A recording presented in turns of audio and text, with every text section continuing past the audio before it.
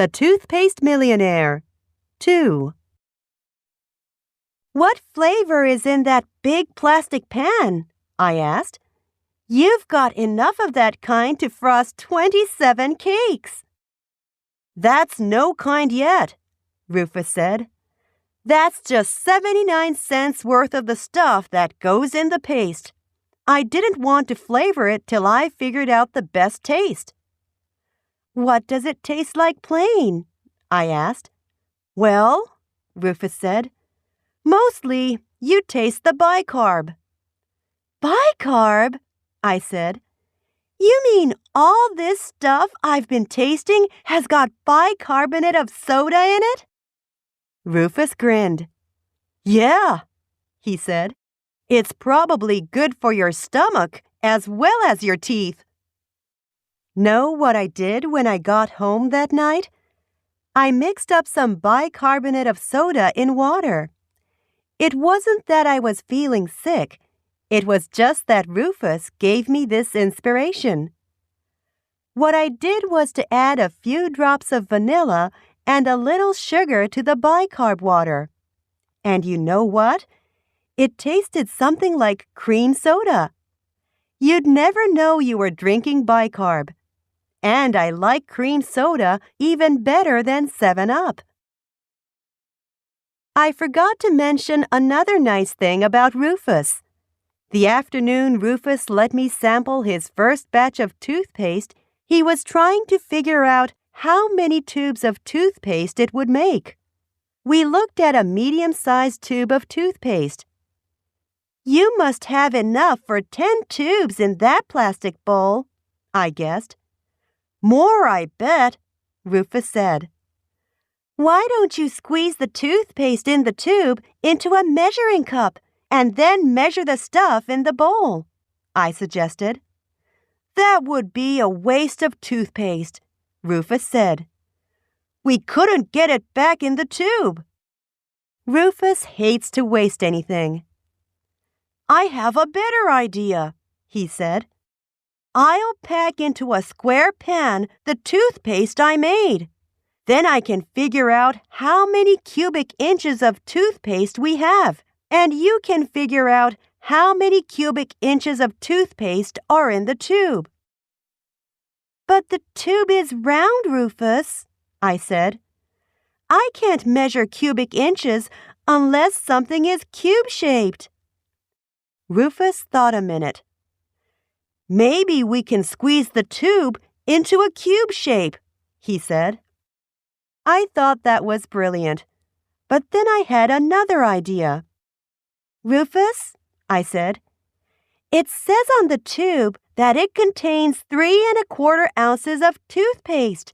Why couldn't we just weigh your paste and divide by 3¼ to see how many tubes it would make?" "Hey! We could," Rufus said. "You are smart, Kate. I'm always doing things the hard way." That's what is really so nice about Rufus. It's not just that he gets great ideas like making toothpaste, but if you have a good idea, he says so. I was pleased that I had thought of a simpler way of measuring the toothpaste, but I told Rufus, "I wish I was smart enough even to think of a hard way of doing something." I never would have thought of measuring toothpaste in cubic inches, partly because I never can remember exactly how to figure cubic inches, and I certainly wouldn't have thought of making a round tube cube-shaped, would you? Anyway, it turned out Rufus had made about 40 tubes of toothpaste for 79 cents. Before I finished breakfast the next morning, there was a knock on the door. It was Rufus. He was very excited. "Kate," he said, "do you know what the population of the United States is?" "No," I said. I never know things like that. My father looked up from his paper.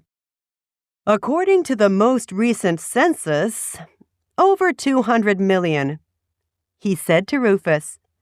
My father always knows things like that. You're right, Rufus said. And by now, it must be even bigger. Probably, my father said. The growing population is a very serious matter. Have you thought much about that problem, Rufus? Not yet, Mr. McKinstry, Rufus said. At the moment, I was thinking mainly about toothpaste. I was thinking that everybody in the United States probably uses about 1 tube of toothpaste a month. Probably, my father said. And if they do, Rufus said, how many tubes of toothpaste are sold in a year? My father thought for a second. Roughly 2.5 billion tubes. Right, Rufus said. I hate people who can multiply in their heads, except that my father and Rufus are two of the people I like best in the world. How do you explain that? I really don't like math at all, even when I have a paper and pencil and all the time in the world to figure something out. And at the same time, I look forward every day to Mr. Conti's math class. And how do you explain that, since that's the class where I'm always getting in trouble?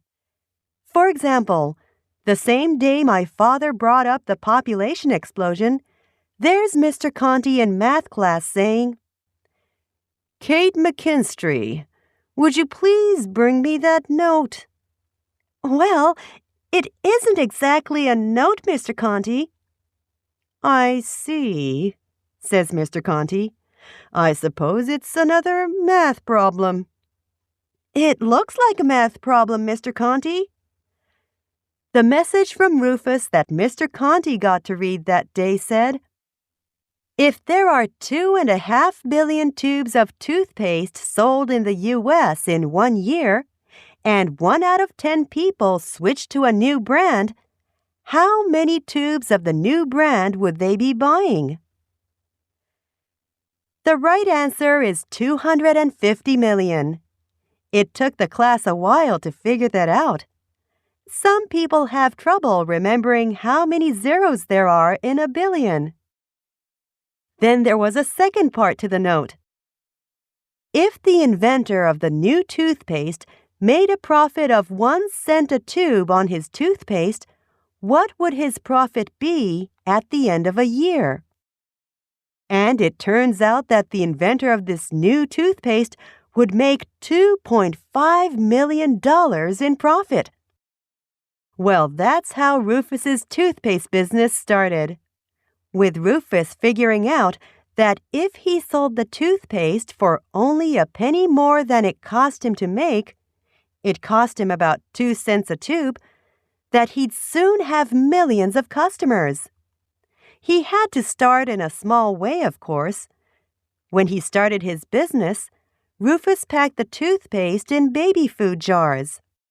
A baby food jar holds about as much as a big tube, and the jars didn't cost him anything.